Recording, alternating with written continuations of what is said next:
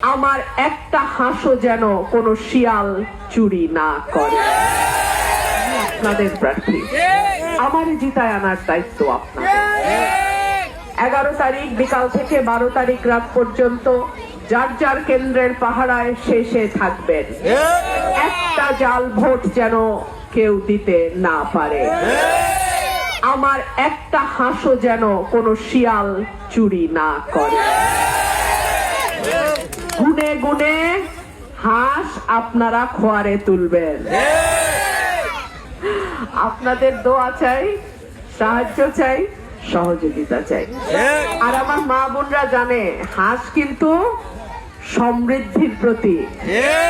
একটা হাঁসের একটা ডিম, একটা ডিম একটা ছানা।